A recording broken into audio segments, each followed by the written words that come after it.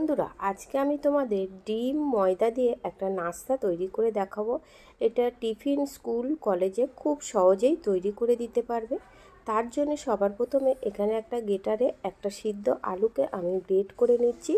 এইভাবে গ্রেট করে নিলে আলুটা গুটলে পাকিয়ে যায় না। আর তার মধ্যে আমি দিয়ে দিলাম একটি সিদ্ধ ডিম। তোমরা চাইলে এখানে ডিমের সংখ্যাটা বাড়িয়ে দিতে পারো, সেক্ষেত্রে কিন্তু আরও খুব টেস্টি হবে। এবারে এখানে একটা ডিম আমি গ্রেট করে নিলাম। কিছু সবজি দেব। এখানে একটা ছোট সাইজের গোটা পেঁয়াজ দিলাম, আর কাঁচা লঙ্কা কুচি দিলাম 4টে। ঝালটা তোমাদের স্বাদ মতো দেবে। আর দিচ্ছি অল্প পরিমাণে ধনেপাতা কুচি। ধনেপাতা কুচিটা অবশ্যই বন্ধুরা দেওয়ার চেষ্টা করবে। আর স্বাদ মতো লবণ।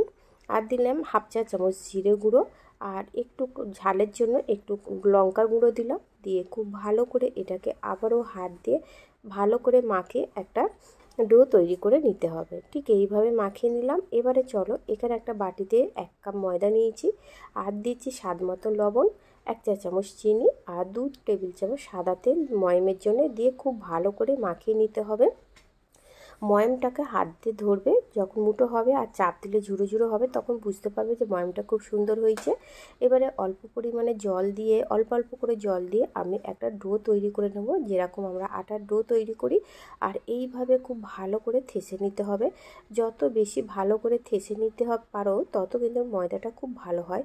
আবারও আমি এখানে স্ল্যাবের মধ্যে নামিয়ে নিলাম। নিয়ে আমি থেসে নিয়ে এবার এখানে আমি লেচি করে নিচ্ছি। একটু বড় বড় সাইজের আমি লেচিটা করছি, তোমরা চাইলে একটু ছোটও তৈরি করে নিতে পারো। এবার এইভাবে লেচি কেটে হাতে করে আমি সব কটাকে গোল করে নেব। নিয়ে আমি বাটির মধ্যে রেখে দিচ্ছি। এইভাবে বাটির মধ্যে তুলে নিলাম।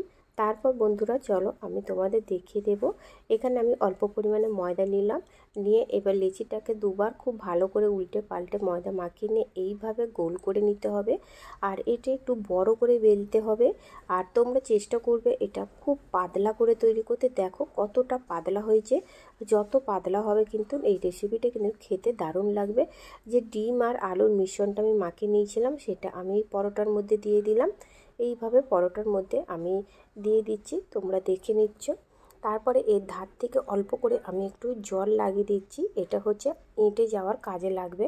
এইভাবে জলটাকে খুব ভালো করে মাখিয়ে নিতে হবে। তারপর দেখো আমি কিভাবে মুড়ে দিচ্ছি। এইভাবে দিয়ে আর খুব ভালো করে হাত দিয়ে চেপে সিল করে দিতে হবে, তা নাহলে কিন্তু পরে তেলে দেওয়ার পরে খুলে যেতে পারে। এই সময় খুব ভালো করে চেপে সিল করে দেবে। তাহলে তোমরা বুঝতে পারলে যে কিভাবে এই পরোটাটাকে আমি তৈরি করে নিলাম। এবার তোমরা একটু ভালো করে দেখো, খুব সুন্দরভাবে তৈরি হয়েছে। আর এই দিকটাতে দেখো সব সবজি, ডিম, আলু দেখা যাচ্ছে, এতটাই পাতলা হয়েছে।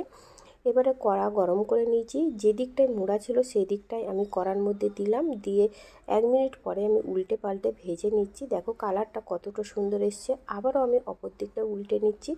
এইভাবে 2-3 বার উল্টে পাল্টে ভেজে নেওয়ার পরে এখানে আমি অল্প পরিমাণে সাদা তেল দিয়ে আমি পরোটাটাকে ভেজে নিচ্ছি।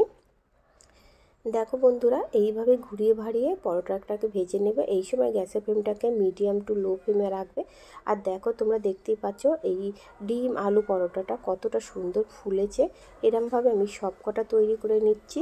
তৈরি হয়ে গেছে আমার আজকের রেসিপিটি যদি তোমাদের কাছে ভালো লেগে থাকে, অবশ্যই বন্ধুরা তোমরা কমেন্ট করে জানাবে কেমন হলো, আর লাইক দেবে।